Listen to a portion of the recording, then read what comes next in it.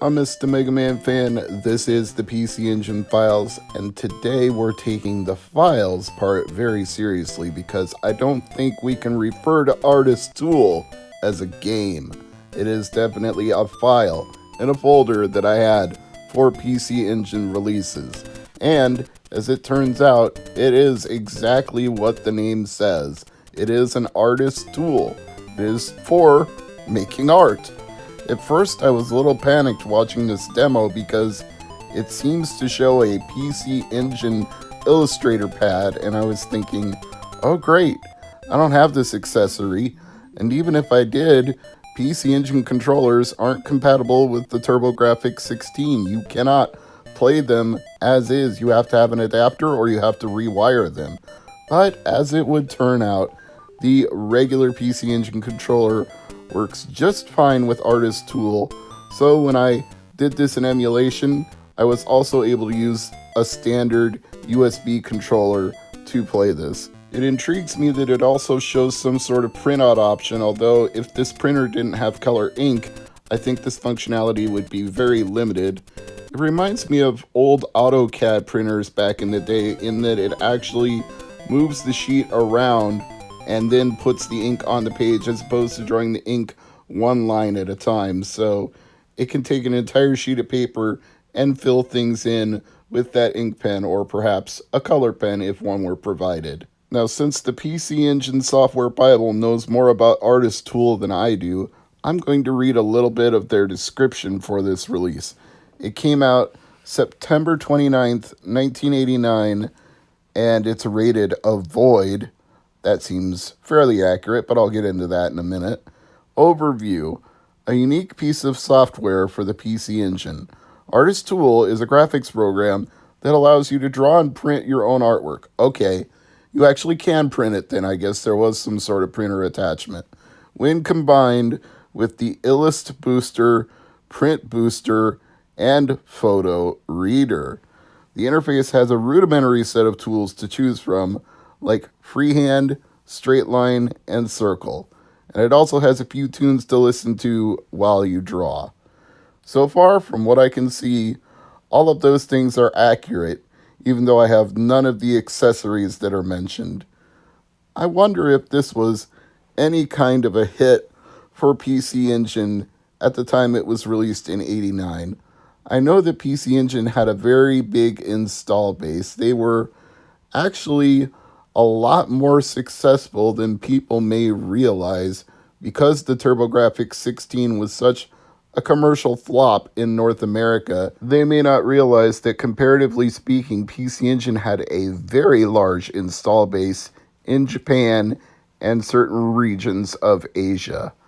I would go so far as to say that in some cases, it actually outsold its competitors. It had 5.8 million units produced, which I think made it more successful than the Sega Mark III/Master System at the time, although I believe the Famicom well outsold that by a vast margin. But still, number 2 in the market is not a bad place to be if that's the place that it was at. I mean, you can't fault them for releasing new and innovative things with that kind of install base, thinking, hey, if even 10% of the people who own this were to buy a copy of Artist Tool, that's 580,000 copies sold. I mean, that's not an insignificant amount. There are games that have come out for Famicom, for Master System, for other platforms that have only sold 50,000 copies or less. Stuff like Mendel Palace, which was originally known as Quinty in Japan. When that came here, it only sold like 50,000 copies. Maybe it sold more in Japan. I'd have to look that up. But I know it was kind of a flop here, which apparently this might have been kind of a flop there because it's very hard to find information about it anywhere you look, other than the aforementioned PC Engine Software Bible. So perhaps it was just too many accessories you had to buy, or as the artist in tool entry says, the limited tools that you have available pale in comparison to what you could do with Paint on any Windows computer. Just take your standard run-of-the-mill Microsoft Paint and you can do more than this. Photoshop, you can do more than this. Paint Shop Pro, you can do more than this. Anything you can think of, you can do more than this. At least you don't need the Illustrator to actually draw anything on the screen. And they give you 3 choices of music, so, well, that's something. Bottom line is, you can't call this a game. You can call it PC Engine software. I will go that far. And I will say that despite how limited what you can do with it is, I did find myself moderately enjoying it, just monkeying around with this tool, like the tool that draws circles. If you rapid fire the button, you can make tiny little circles everywhere, and actually kind of makes it look like they're orbiting the bigger circle that I drew. So I guess I could see someone with enough determination making some actual art with this instead of just monkeying around with it the way that I am.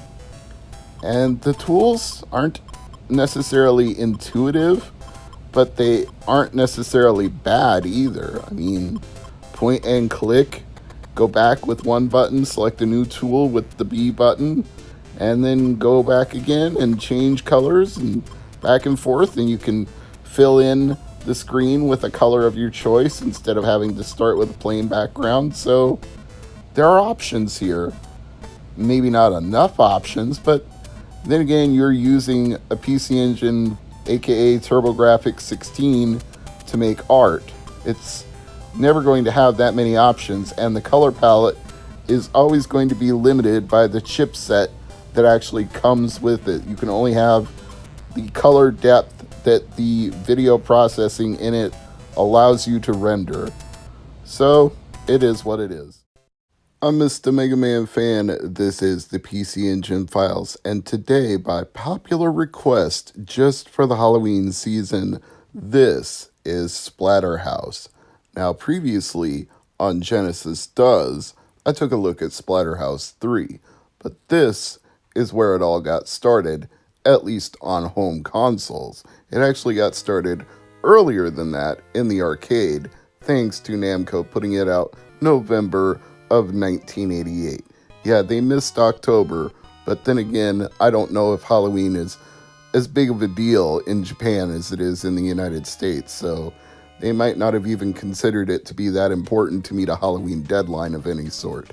But they definitely took influence from slasher films, horror movies, the works of H.P. Lovecraft, as noted on the Wikipedia entry, and the game was controversial in its day. This is one of those games that was heavily criticized for its level of gore and violence, and fears that children would be unduly influenced by the gameplay. There were many parents who were just afraid out of their ever-loving minds that some innocent young child might go to a store and buy this video game. Well, first of all, how did they have that kind of money just walking around, like 50, 60, 70 bucks? Second of all, what parent lets their kid buy video games with money on their own anyway? If I had any kind of sense and I was a parent, I would not be letting my kid just willy-nilly buy video games. Even electronically through an eShop, I would be monitoring their purchases. That just seems like what a responsible adult would do. And honestly, if any of these concerned citizens had actually sat down and played this game, or perhaps stood up and played it in an arcade, they would have seen that it is very cartoonish, not very gory or realistic. It's a side-scrolling beat-em-up where you literally splatter your enemies against the wall when you attack them with a bat, hence Splatterhouse. But you can also punch them if you don't have a weapon, so there's multiple means to attack. And unlike real life, if you die, you have extra lives. It's not one life game over. So there's just so many things that are not compatible with the idea that this is too violent for children. Maybe, as Strongbad would say, the teeniest, tiniest of babies. What do you think I am, man? No, you wouldn't let them play this, but if they could even hold the controller, that would be quite a feat in and of itself. So I'd say if you had an ESRB rating at the time, you'd probably aim for like T for teen, or if you really wanted to push it, you could call it M for mature, but definitely not AO, adults only, because nothing in the game ever rises to that level. In fact, the box art for the game, at least the TurboGrafx-16 version / PC Engine version, had a fake parental warning on it that said, the horrifying theme of the game may be inappropriate for children and cowards.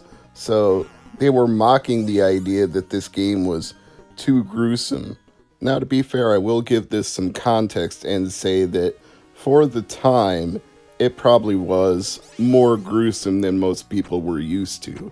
There's viscera, there's blood and guts, there's a body hanging from a noose in the ceiling, there's these creepy alien movie franchise type things crawling at you, trying to take bites out of you that look like they grew out of a pile of entrails. So it's still, I wouldn't call this scary for me, but it does come close to having jump scares, like when that last entrail jumps out of the body hanging from the ceiling. If you're not prepared for it, if you haven't played the game before, you'd be like, oh shit!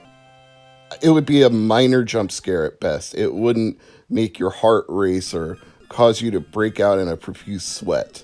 Maybe if you were speed running the game and you missed it, that might cause you to break out in a sweat. Basically, what I'm saying to you is Splatterhouse, despite the reputation that it had back in the 1980s, I think it's very harmless, innocent fun. It's just a game where you play as a guy named Rick, who is a, quote, parapsychology student. That's obviously a made-up profession. There is no such thing. Maybe the Ghostbusters can be considered parapsychology students. I'm sure Venkman and Spengler would definitely qualify for that profession. Anyway, you're Rick Taylor, and you and your girlfriend Jennifer took refuge in a mansion, and while you were there, you got kidnapped by a guy named Dr. West. You awake in a dungeon wearing a terror mask or a hell mask, depending on the localization, and you have been given special powers because of it that give you superhuman strength, thus enabling you to fight off all the things that are trying to kill you, including the mansion itself, which turns out to be quite alive and quite willing to get you to die. So I guess Dr. West was trying to save his own life by fusing you with the terror mask and hoping that you could defeat his mansion and free them all from this evil menace that it has become.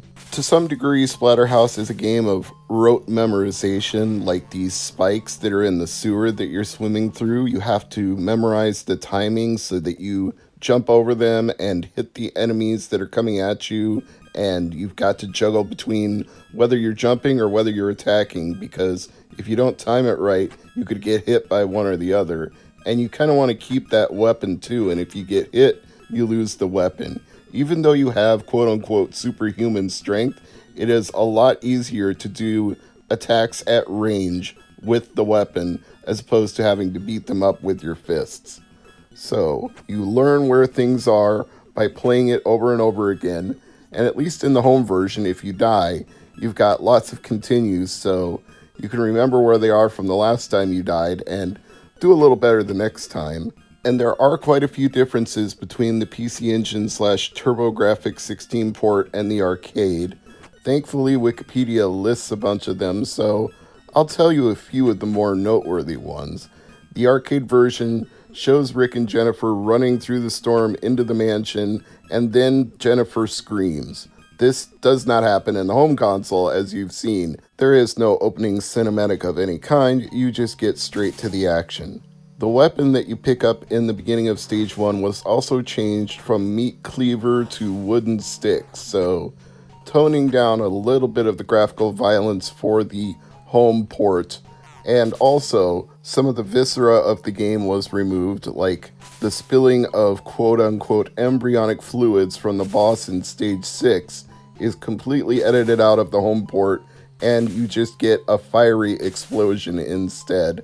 And there's also a cutscene that was changed from the arcade, and I'm not going to tell you about that one at all. If you want to read the wiki entry, feel free, but I don't want to spoil it for you if you've never played this before. It's different from home to arcade, but either way, I won't give you the spoilers for it here. Now, I'm playing the TurboGrafx 16 version for this episode of the PC Engine Files, but it has changes compared to the PC Engine version, so there's even more differences. For example, the original version had Rick's mask as white instead of red, which made it more like Jason Voorhees, as previously noted. And they obviously decided with the popularity of Friday the 13th in North America, that could get them sued, so they did away with it. A lot of Japanese video game developers also believe there should be no Christian themes or overtones in games sold in North America, which is why Devil World for NES never got released here.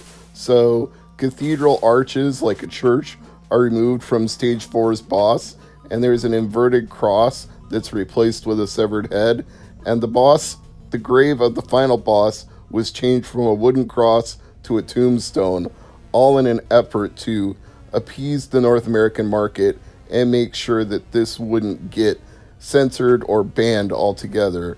But it didn't stop people from still getting up in arms and demanding that Congress do something about it, although they really didn't even try until Night Trap, which, again, I would say is comical that people got up in arms about it when you look at it from a modern vantage point. The full motion videos just seem cheesy. They're not anything that even rises to the level of the horror movies that inspired Splatterhouse, but because they were full motion videos and no one had ever seen that in video games outside of Laserdisc animation like Dragon Slayer, it definitely caught people's attention. Just like the chandelier dropping on my head caught my attention. Another one of those jump scares that I should have been prepared for and completely forgot about. Practice makes perfect with Splatterhouse, and that is the chief complaint of people who play Splatterhouse, is that once you memorize everything, it's too easy and it's not fun. Has anybody ever said that about Super Mario Brothers, though? Once you know how to play World 1-1, it's not fun anymore? If you really think that, okay, more power to you, but that's not my philosophy on a good video game. If you like the mechanics, and you like the action, you like the sound, and you like the graphics, then it's worth playing more than once. Even if you know how to play it, playing it again doesn't diminish the value because you enjoy the experience. I'm Mr. MegaManFan, and as always, thank you for watching. Welcome back to the PC Engine Files, where today we are looking at one of the most ambitious games ever released on a HuCard. This one is called Download. It was developed by Alpha Systems, published by NEC Avenue, and Sofix is in the mix as well. The game was released in 1990, so it comes after both the anime film Akira from 1988 and the manga Ghost in the Shell from 1989, and it clearly derives spiritual inspiration from both. The game is set in the 22nd century, where the relationship between man and machine has progressed to the point that the entire human brain can be uploaded to a virtual network, appropriately enough named Download. 2 words, not one. The way this is done may also remind you of The Matrix, because you jack into the cyber network via a cranial nerve implant, and once you're there you can do cyber diving, as they like to call it, or abbreviated to Civing for short. To say this game was a bit ahead of its time is an understatement in the extreme, considering that the World Wide Web wasn't even invented until the early 1990s, and most people were not even familiar with the internet or aware that it even existed, and if they were, they probably either worked at a military installation or a college university the two places that were already hubs on the information superhighway of the day. Hell, if we're going to give credit for this where it's due, we can't even talk about it without mentioning William Gibson and Neuromancer for basically creating the term cyberspace long before people could even surf the web. The reason I say this game is ambitious, though, is not just because of all these sci-fi futuristic themes that predate the web. It's also because NEC Avenue saw this as a multimedia mix. They don't call it a franchise over there. They call it a media mix, and they thought this would become one because they were going to have mangas, animes, video games, all tied together around this download concept. And our protagonist, Sid 2091. Now, what we're seeing in this cutscene is all in Japanese, but the English explanation is that Sid and his partner Diva 3255 were doing some cyber diving for an unnamed client with presumably questionable motives, and it turned out to all be a setup because Diva 3255 was captured by the police, and the opening section of the game is essentially Sid trying to break Diva out of jail and escape into the night to do whatever they need to do to solve the mystery of who framed them in the first place. The funny thing about download is that you don't actually need to know any of that. You can hit the run button repeatedly and skip over all of these cutscenes, and I wouldn't recommend doing that because they're really good, some of the best on PC Engine, but if you do, what you essentially end up with is a horizontally scrolling shoot 'em up where you pick up power-ups and take down enemies, and each time you get hit, you lose one level of the power-up that you currently have. For the record, your shooter is actually called a hover bike, so there's some of the Akira influence creeping into the video game because Akira was very much based around motorcycles navigating the streets of Neo-Tokyo. The plot of this game is truly crazy, and it makes me wish there was an English language patch so you could understand it even better.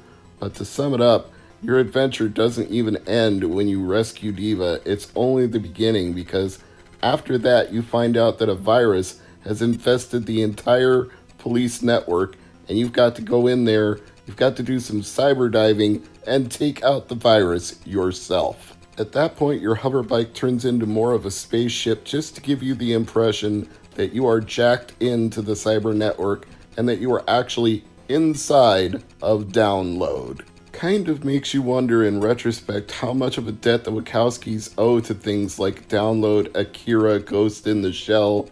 Without those things, would they have really come up with the entire universe of The Matrix on their own? Perhaps they would have, but it sure seems like these kind of things were a direct influence on them, even if they never played a PC Engine game in their lives or even knew what a PC Engine was. Regardless, Download never turned into the media mix that NEC Avenue intended it to be. They released a manga which has never been reprinted, they released an OVA which I've never seen, and they released a sequel which I've never played. Now, many things have been blamed for that over the years, including the fact that there was a quote-unquote tonal shift between the first and second game. I'll have to play the second game at some point to decide if that's actually the case, but this first one is certainly a lot of fun just for the shoot 'em up aspect alone. And that shouldn't come as a surprise if you're a fan of the PC Engine / TurboGrafx 16, because shooters have always been and always will be something that system does very well. We even get some above average effects for this particular shooter. You can see parallax scrolling on multiple different layers, the foreground, the background, the horizon, all moving at different speeds, which is actually a pretty impressive technical feat considering that the PC Engine only has 2 layers that it can work on at any time, so it's doing some really complicated programming level shifting to make you think that there's more than just a foreground and a background layer. Hats off to the developers and the programmers who made this as impressive as it looks. And it's definitely a lot of fun to play. Though I have to admit, at first I was trying to be selective with the first and the second button, because one is your shooter and the other is a heat-seeking missile, And eventually I realized they were auto-firing no matter what I did, so I just held down both buttons at the same time and let the missiles fly. Now I'm pausing the video and freezing the action for a second to explain that what comes next when you get a game over is a rather rude curse word in English that completely caught me by surprise.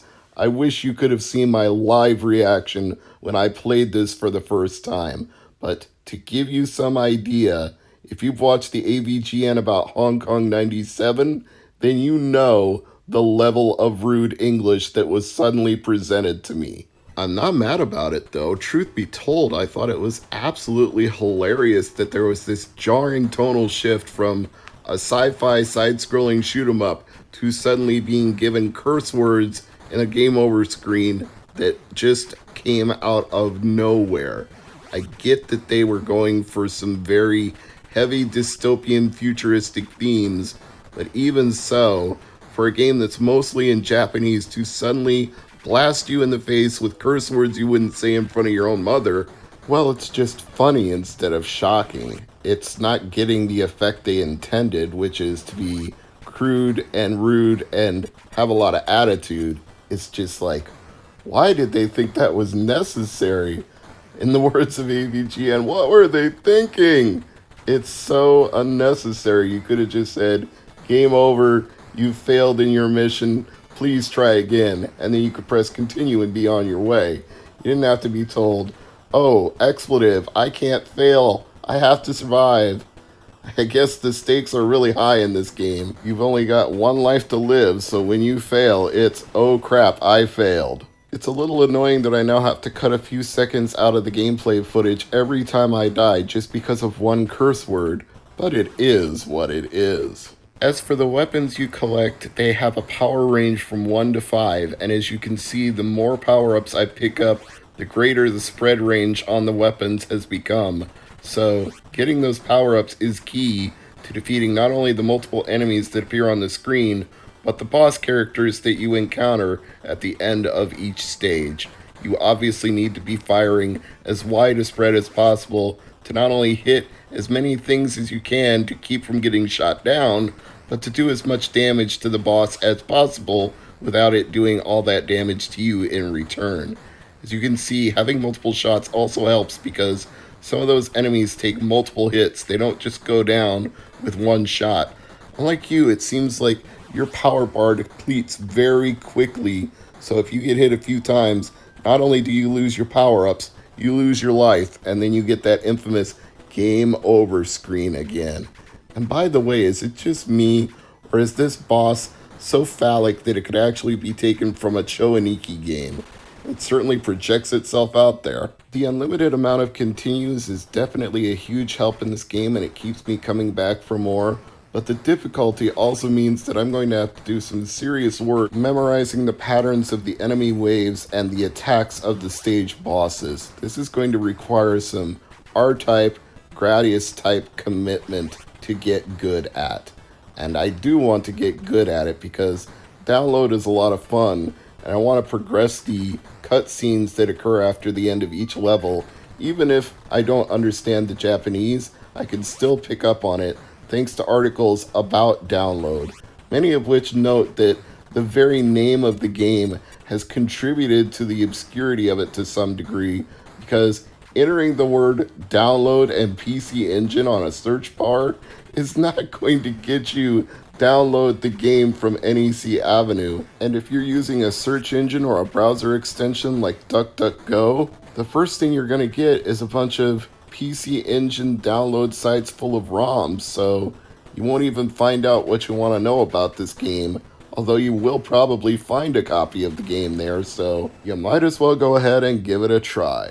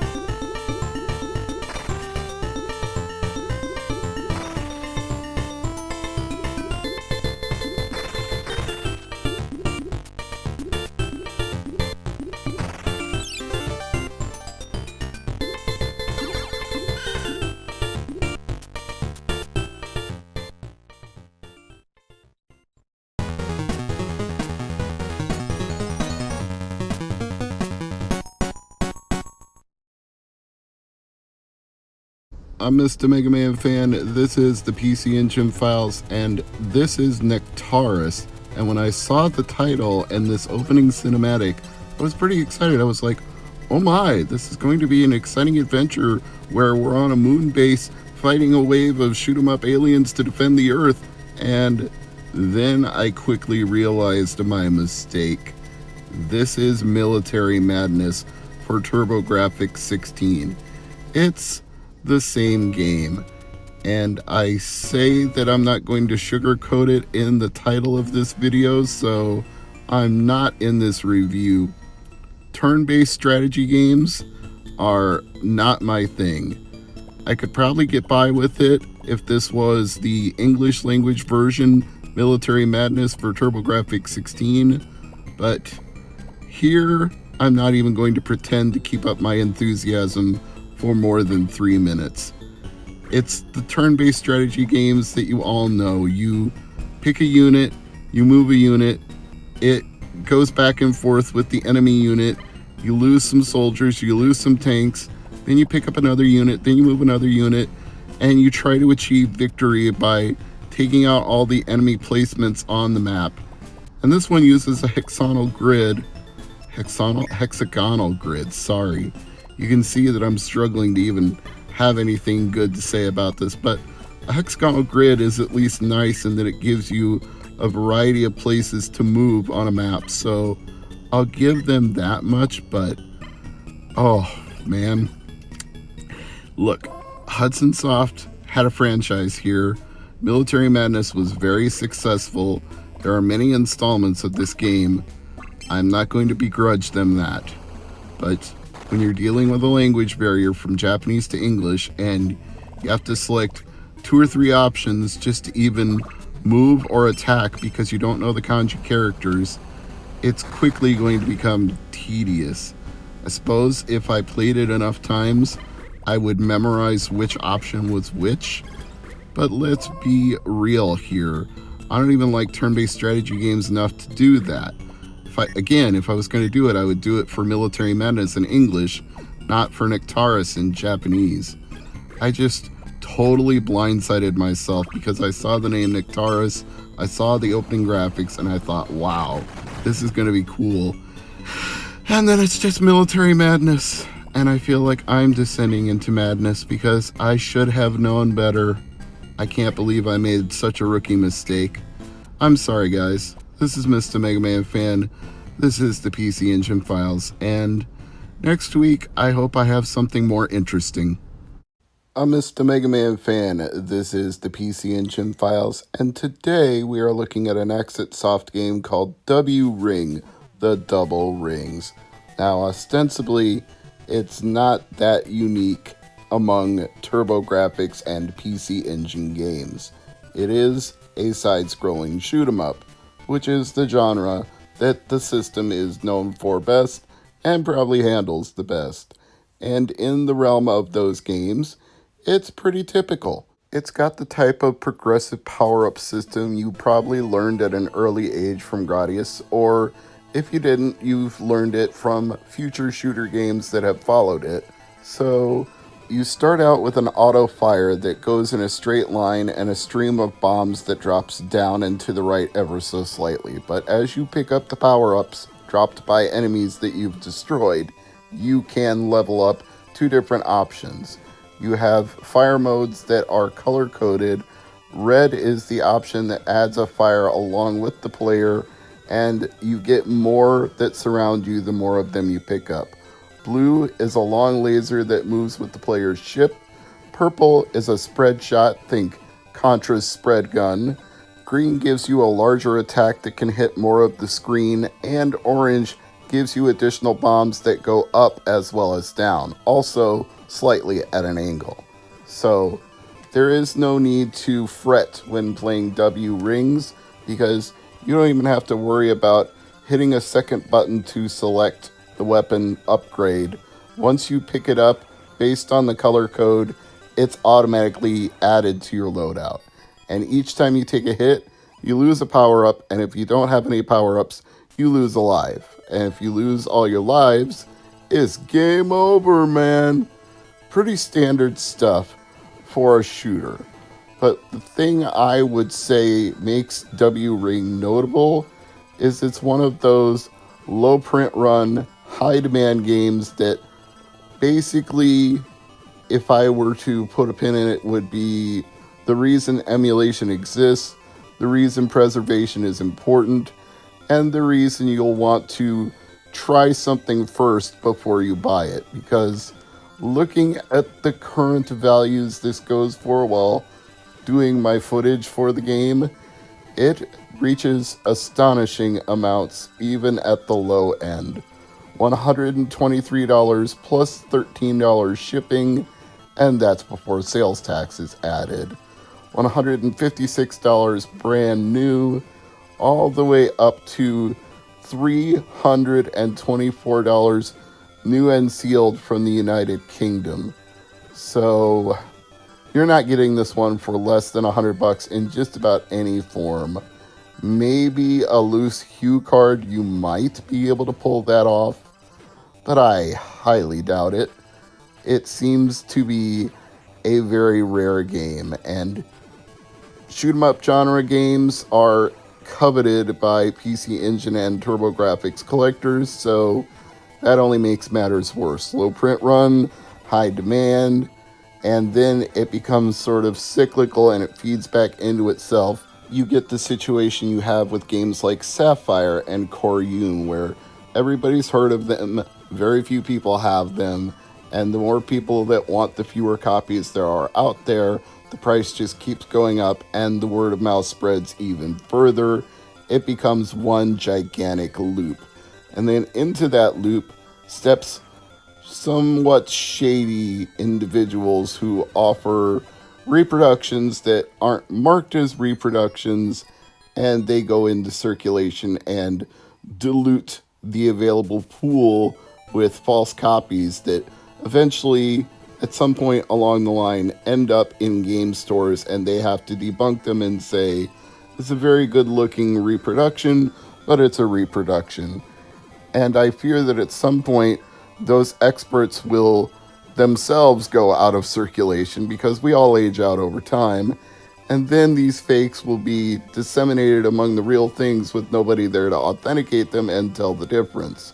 So we're left with a situation where it needs to be preserved and dumped, because then at least future generations can play it without spending exorbitant money for something that may or may not be real. And frankly, I can't justify a reason for spending a high dollar amount on this game in the first place. It's decent. It's not a legendary shoot 'em up. This is not a R-Type 3 or a Gates of Thunder, or even the previously mentioned Koryun, where it's kind of wacky and colorful and became infamous because it was so widely unavailable. There's a special type of shoot 'em up that you can, either because it's part of a legendary series or because the game has become a standalone that is legendary in and of itself, you can say, well, maybe someday if I had stupid amounts of money, I won the lottery or something, or I got an inheritance I wasn't expecting, maybe I'd go buy something like that just to put it on the shelf and be happy I have it, and play it once in a while and be happy I have it, and show it off to people and be happy that I have it. But you can't really do that as an average gamer for over $100 games. That's more than a new game costs on PS4, Xbox One, or Nintendo Switch. Even the upcoming PS5 and Xbox One Series X, those are probably going to be $60, $70 games until they become bestsellers or get put on sale. So you're spending more for a 20 to 30-year-old game or more than you would spend on a new game for a new console in 2020 or 21. Hard to justify the math. So my advice to you would be, try it before you buy it. W Ring is good. It's not super great. It's just okay. I think the best thing actually is the fact there's a menu option to scroll through the soundtrack, And I find track number 13 in particular to be a really funky jam. Whoever composed this particular chiptune, you get some props. Sound design, thumbs up. Gameplay, pretty average, but not terrible. W ring the double rings. If it has a plot, I don't know what it is, and I've never found it anywhere. It's just find the enemies, shoot the enemies, and have fun.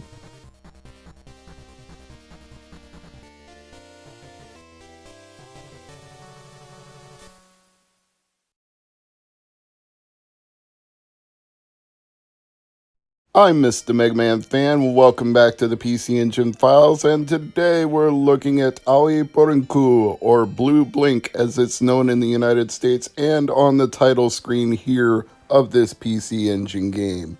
And why does this PC Engine game exist? Well, because there is an anime called Blue Blink. And why does that exist? Because there's a manga called Blue Blink. And why does the manga exist? That's all thanks to legendary Japanese animator and illustrator Osamu Tezuka, or Tezuka Osamu if you're saying it the way it would be in Japanese, but he has been called the Walt Disney of animation in Japan. And that's not a title that's given to him lightly, because this is the man behind Astro Boy, one of the hugest franchises of Japan of the last 100 years. And he's known for a lot of different things besides that. Kimba the White Lion, Phoenix, Princess Knight, I could go on and on and on. Basically, when they call him the god of manga or the godfather of manga or the Japanese Walt Disney, none of these titles are inappropriate and all pay due respect to how legendary his work was. The sad thing about this particular game, or I should say the anime that it was based on, was that it was in development at the time Tezuka passed away from stomach cancer at the age of 60. So he never even got to see the show air, much less see the game based on his show. Not that I think he was necessarily a gamer or into video games, but I think he would have still been proud to know that one of his franchises had become a home console game that even now, 30 years later, is still well regarded among PC Engine collectors. And happily, this is not a short print run game that is widely unavailable. It's not inexpensive, but we're not talking $100 up like we have for some PC Engine games. You can actually find this one for as low as $24.99 plus shipping. So you could get it for about $30 with tax and everything else factored in. It's not bad. For a PC Engine game, that's definitely not bad. So why was this so popular? Well, I would go ahead and say just because the anime it was based on was so popular, because he's the godfather of animation in Japan, because he's the Walt Disney of Japan, pretty much anything he did was going to have a cult following. For comparison's sake, what do you think of when you hear the name Akira Toriyama? You think of Dragon Ball, right? Most people do. But imagine if Tezuka was only known for Blue Blink. Then you would be like, huh? What? No, he did way more than that. And Toriyama did way more than Dragon Ball. He did Dr. Slump, he did Dragon Quest, he did Imagination Science World, Gulliver Boy. I mean, there's no end to the list of things you could name that he has been a part of or done, but he just gets known for that one thing. I suppose if Tezuka would be pinned to one thing, it might be Astro Boy, but I think pinning either man to just one thing they worked on would be grossly understating their accomplishments. Anyway, this is a very interesting game in that it's a quest where you're followed by two sidekicks who are like options in a shoot 'em up. They just follow along, mimicking you and copying what you do, but sometimes which one is the protagonist changes from one section to the next. So there are always two followers, but one in the lead. It's a very role-playing game kind of aesthetic, actually, where you have one character that leads the party on the world map, but then they're all involved in the battle when it comes time for the fight. You've got some bonus areas like this one with weird misshapen clocks that look like a painting from Salvador Dali. I don't know why, but it's auto-scrolling, so you have to just collect whatever items you can jump to in the time that you can, no pun intended, before it gets to the end. And there are hidden keys in certain levels that aren't explained in any way or given any hints for. You just have to shoot at a random block or a random item to find that particular key. And without the key, you can't advance to the boss fight. And the boss fights are where the titular blue blink comes into play, the tiny little horse that can be summoned by Kakaru, who is always in trouble and needing help. And since he rescued this horse, the horse in turn rescues him. He just says, "Say my name 3 times and I will appear." Kind of like Beetlejuice, huh? But that's how it works in the anime, manga, video game, etc. It's all tied together in that way. So Blue Blink will come to your rescue and help you fight the boss. You'll jump on his back and ride around and proceed with the fight accordingly. It's held up over time as a representative of the PC Engine library. I wouldn't call it the best, I wouldn't call it the worst. I would say above average. It's got a charming soundtrack. The visual style is not unappealing. And the way that your party works together, even though you're only really controlling one member of the party, certainly makes it stand out from other side-scrolling platformers of the day. Now, I do find it mildly annoying that when you scroll to the right, you can only continue to scroll to the right. You can't double back to go to something you missed or an area you missed. There is no left scrolling, you scroll to the right only. I'm not sure why Hudson Soft made that choice, but maybe they were just using the same engine they use for games like Adventure Island, where the exact same thing happens. You can go to the right, but you can never go to the left, or at least not in the original games. Maybe in the later on games like New Adventure Island, that was not such a case, but I'd have to go back and play that. I just remember the original Adventure Island in the arcade and on the NES being that way. I think New Adventure Island would actually be a good game to cover on the PC Engine Files now that I mention it, so we'll have to do that one here at some point in the future. But suffice it to say, Owie Blink or Blue Blink is not a super expensive game, and is a well-regarded game, and it comes from the mind of a very legendary Japanese artist. So for all of those reasons, plus the fact that it's not a super expensive game and you can get a copy for a reasonable price, maybe as low as 30, maybe as high as 50, depending on what kind of condition you want it in, I'd say this is one worth considering adding to your library. You don't have to take my word for it, of course. You can try a demo of it before you actually move on to buying the game. Just like I'm trying to navigate the level by only moving forward a little bit at a time because I know there are falling platforms, but I can't seem to open this mystery chest here on the highest platform, which makes me think there was something I was supposed to shoot at and didn't. Like, obviously I didn't pick up the hidden key in this area, and it loops back around on itself when you get to the end if you don't have that key. So I need to find a walkthrough, a game fac, or some sort of hint guide. Maybe somebody like Ryan Taylor, Maximum RD, Galvatron, Modern Classic Gaming. Maybe one of you guys out there knows what I'm doing wrong and can tell me. So feel free to leave it in the comments below. And if you're new to the channel, of course, you want to subscribe to Mr. MegaManFan so you never miss new episodes of the PC Engine Files every Tuesday at 8 p.m. Eastern, 7 Central.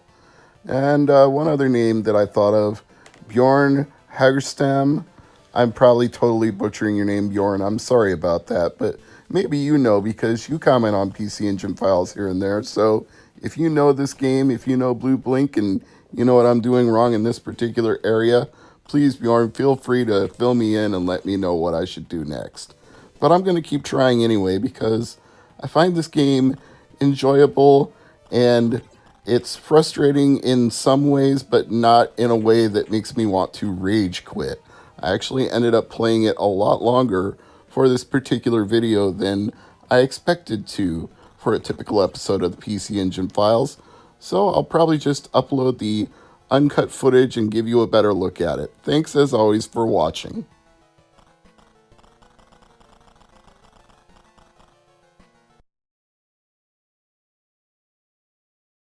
Welcome back to the PC Engine Files. I'm your host, Mr. MegaManFan, and today we're looking at Atomic Robo-Kid Special. It's not very often that right at the beginning of an episode I tell you that I had to set the record straight on something, but when I went to the Wikipedia entry for this game, it erroneously stated that this game was released in North America in 1989. Wrong! That did not happen. This is a Japanese exclusive PC Engine game. I wish it had been released in North America on the TurboGrafx 16, but that is not the case. If you want this game, you either need to emulate it or import it, because you cannot buy a domestic North American copy of Atomic Robo-Kid Special. And you might just want to get a copy of this game because it is quite a unique game among the library of PC Engine TurboGrafx 16 releases. It stands out by being a crossbreed between a platformer, a side-scrolling shooter, a vertical exploration game.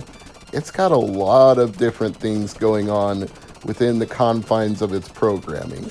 Unfortunately, it is not the cheapest game on the PC Engine library. You can get a copy for $37.19, but you'll spend about $20 shipping, so it's going to cost you at least $60. Some sellers have it $60 with free shipping, so that amounts to basically the same thing before you figure in the sales tax. Now, if you haven't already figured it out from watching the gameplay footage, there are two different modes of attack for the titular Atomic Robo-Kid.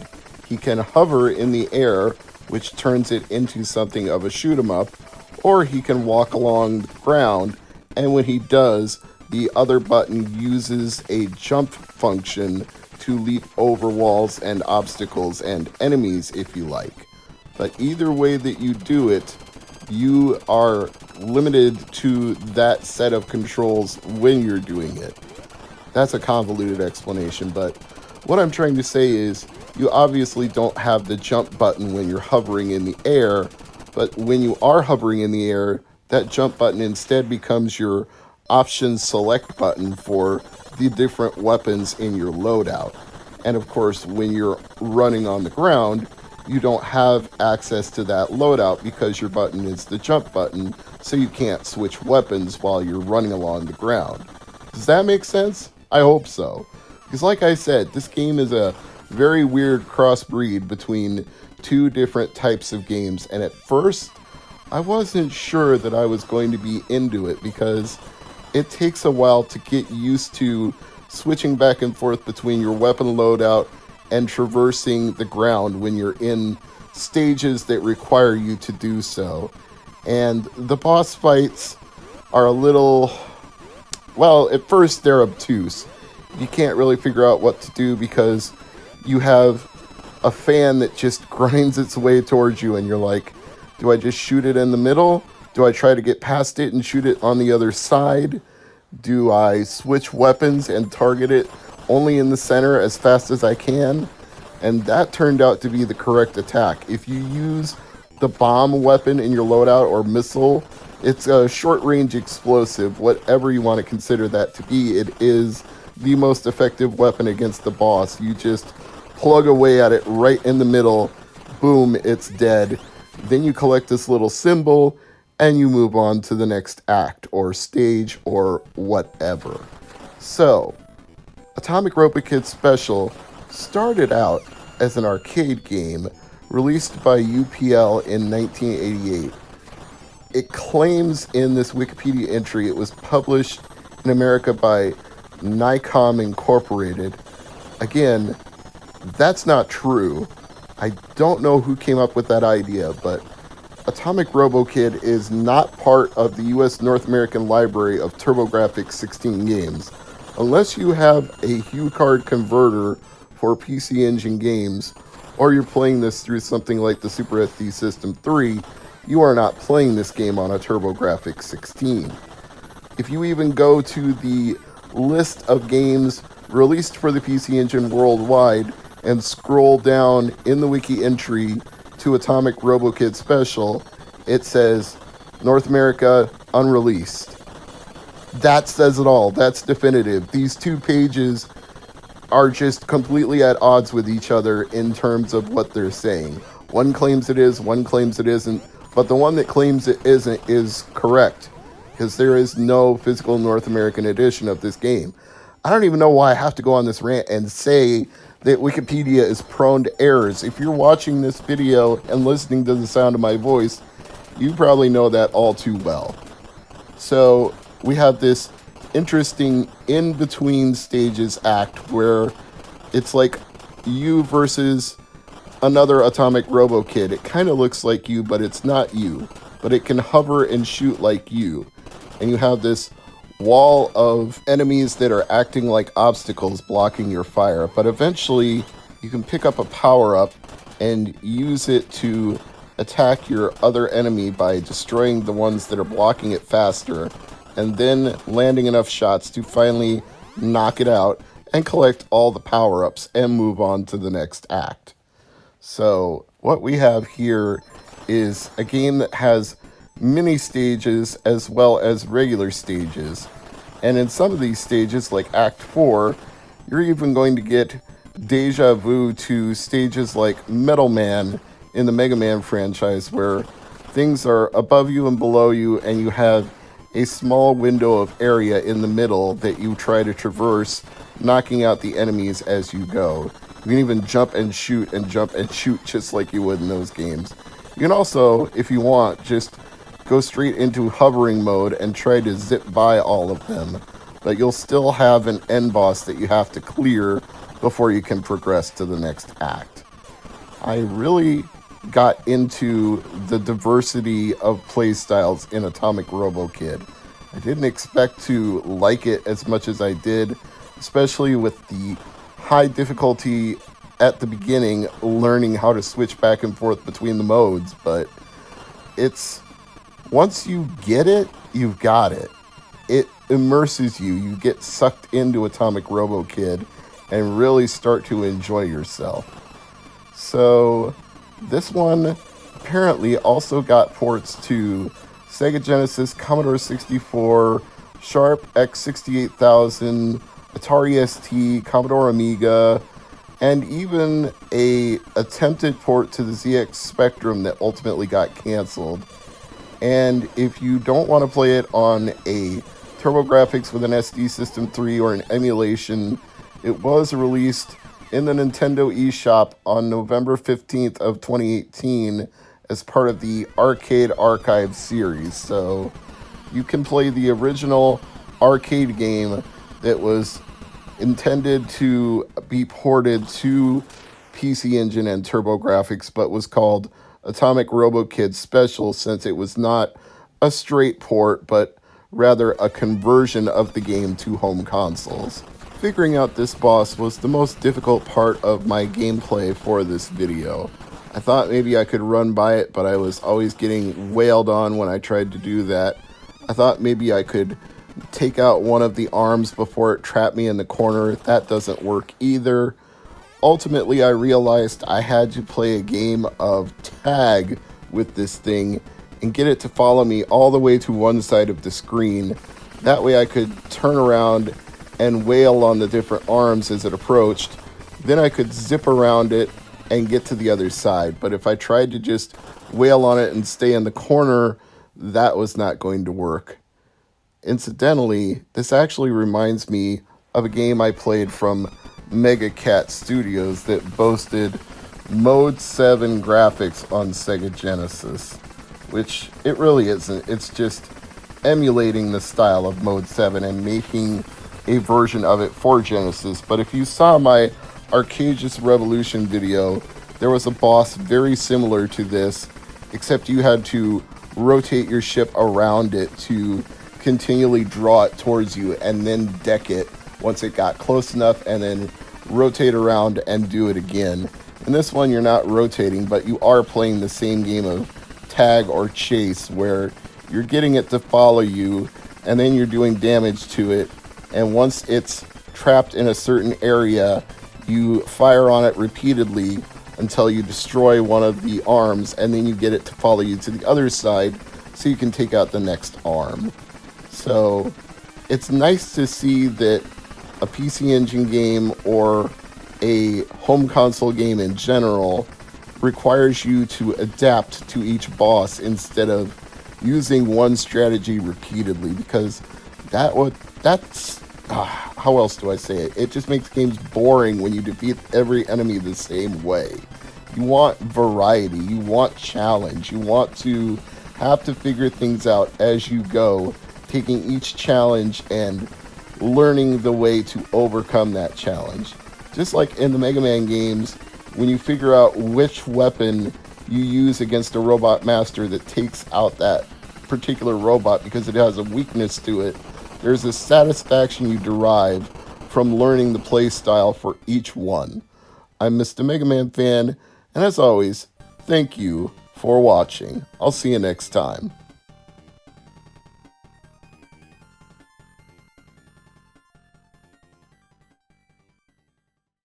I'm Mr. MegaManFan, this is the PC Engine Files, and today we're talking about columns. Wait, what? I thought you said on Genesis Does that it was an exclusive to Sega. Yes, it didn't come out on a Nintendo product, which is the comparison point for Genesis Does. It has to be on the same contemporary platform, 8-bit to 8-bit, 16-bit to 16-bit, etc. There was not a Super Nintendo version of columns. Later it came to things like Virtual Console, Nintendo Switch, etc., even Game Boy Color. But for a while, it was entirely Sega's intellectual property because they bought the rights from Jay Gersten in 1990, who had originally developed the game, and they made it their exclusive for the Game Gear as a pack-in and the Sega Genesis as a home game and in arcades around the world. But given the popularity of columns, they did start to branch out with it just a little bit in the territory of Japan and Europe. They made home ports for systems outside of Sega since they owned the rights to it intellectually and otherwise, and so every copy of it sold on any platform would put money back into Sega's coffers. So as a result, we've got Columns, which was released for the PC Engine on March 29th, 1991, and that puts it in the same year that it was a pack-in for the Game Gear, and a year after it came out on Genesis and Mega Drive, and 2 years after it originally hit arcades. So they did keep it exclusive to the Genesis for a while, and then it slowly started to branch out to other things, but did not end up on any Nintendo products for almost a decade. It took until Game Boy Color when they released Columns GB. So I still think the Genesis Does definition of it wasn't on a Nintendo product at the same time as Sega for the comparable platform can hold up there. But as for PC Engine Columns, I have to say it is basically the same game as Sega Genesis. In some respects, the specs on a PC Engine have advantages, and in some respects, they have disadvantages, but it ends up working out to almost the same thing when it comes to a match 3 puzzle game. You don't need a lot of powerhouse VRAM or megahertz clock speed or GPU math processing units to handle what Columns is. It doesn't take an extra effort. This game, in fact, can run on pretty much anything. If you told me it was running on a TI-83 graphing calculator, I'd believe you. And this is a fine port of Columns. It plays well, it looks good. It's nothing outstanding, it's nothing underwhelming. It is exactly what you would expect it to be. It's the game Columns as you already know it and have undoubtedly played it before. Is it worth it to pick up a physical copy? Well, that's your call. But if you're looking for one, I can tell you this much. You'll pay anywhere from $36 to $27 to $11 for a loose copy. Not the most expensive game. I'm Mr. MegaManFan. As always, thank you for watching. I'm Mr. MegaManFan. This is the PC Engine Files, and today we're looking at Daizenpu. Although it may look familiar to some of you who know it under a different name, Twin Hawk. The game was published by Taito but developed by Toaplan, home to some of the most infamous vertical shoot-'em-ups of all time, many of which have just recently been reissued through limited run games, including one that never came out in the United States, which led to a very famous meme. That game is called Zero Wing, and if you know the meme, it's all your base are belong to us, thanks to a horrible English translation for the European market. Now, in this particular Toaplan game, you have a very unique gimmick where you can summon an entire wing of fighters to join your ship and take on the enemies in formation. And when they get shot down, they do a suicide bomb into whatever is the nearest to them. And once they are depleted, you can summon a second squadron to assist you. But if you dismiss the first or the second squadron, they are gone. Once they are gone, they don't come back. You don't get a third squadron. And if you die, it doesn't matter how many support ships you have around you. When you die, they're done too. So they can protect you, but you still have to protect yourself. It's a one-hit death kind of thing where you get hit with one enemy bullet, you're done for. You can pick up power-ups to improve your gun and fire more shots. There may be even more power-ups that I didn't get through in my short gameplay session, but I did the best I could. If you're looking for a copy of Daizenpu for yourself, it's actually one of the more reasonably priced shooters on the PC Engine library. I've seen loose copies for $20, complete copies between $20 and $50, although you may get a little confused if you're looking for it by Daizenpu Custom, which was a re-release for CD-ROM drives that had enhanced CD audio and broke up the levels into separate stages. So you can find Daizenpu Custom just as often as you can find Daizenpu, and sometimes it might be a little more expensive, sometimes maybe around the same price. It just depends on how patient you are and how badly you want it right away as opposed to being willing to wait. What's interesting about those two versions of Daizenpu, aka Twin Hawk, is that they came out almost 2 years apart. So they were so anxious to port it to PC Engine that they weren't even willing to wait until CD-ROM offered them the ability to make an enhanced version of the game. And I guess they figured enough people hadn't bought it the first time around that if they had the CD-ROM add-on, they would go, oh, hey, this is that arcade game, Twin Hawk. I know this game. I want to play it with enhanced audio and enhanced whatever, so I'll buy it because I have the CD-ROM add-on. Or maybe they thought it would work the other way around. They thought, wow, people who don't have the CD-ROM add-on will just have to get it now because they'll want to play the enhanced version of Daizenpu. Even if they already have the original, they're going to want this. So maybe at some point in the future, if enough people clamor for it on the PC Engine Files, I'll go back and do Daizenpu Custom, but I figured just doing Daizenpu for today is good enough. Despite being developed by Toaplan, this one doesn't hold the lofty reputation of games like Tatsujin aka Truxton, which coincidentally, now that I say that, Tatsujin is the name of the holding company that now has the intellectual rights to all of the Toaplan games, including the ones that just got reissued by LRG. So it's not like they couldn't put out another version of Twin Hawk and even localize it for North America, just like they did with the reissue of Zero Wing. So hey, if you're listening, Toaplan Holding Company, You can do this. You can put out a version of Twin Hawk for Mega Drive, for TurboGrafx 16, for whatever you want. You can put it out in North America, and there will be collectors who will buy it. Even though this is considered to be a quote-unquote flop, if you take Wikipedia's word for it. It was, I'm taking their word for it here, this is what they said, met with mixed reception from its initial release in arcades as well as home conversions. Even though they say that, when I look at the scores that it was reviewed, I see like 30 out of 40, 71%, 3 out of 5 stars. I mean, that doesn't sound abysmal. Maybe it's on the lower end of good. That's like C plus, C minus, but it's not an abysmal piece of garbage that's completely unplayable.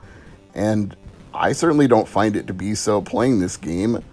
This is a game I would spend $20 for a Hue card of if I had the money laying around, and import fees weren't ridiculously high right now because of Japan Post not being available to ship things to the United States, so you have to use DHL, and it costs way more than what you would pay for normal cheap Japan Post shipping, which sometimes was like $1 a game when I bought a bunch of games from one seller. So kind of hoping this pandemic thing gets resolved sooner or later and I can get my Japan import games a little cheaper, because right now they're ridiculously expensive. I suppose I should call it the S&H instead of an import fee, but it feels like an import fee to me because it's like, here's a $17 tax on any Japan games you want. If you want to import, you're starting at $17 and going up from there. It's very hard to get around those kind of prices these days. So I guess you have to ask yourself, is Daizenpu worth it? Well, if you can find a North American seller, I'd say yes. If you find a Japanese seller, just be prepared to pay that fee. It's going to be part of the price.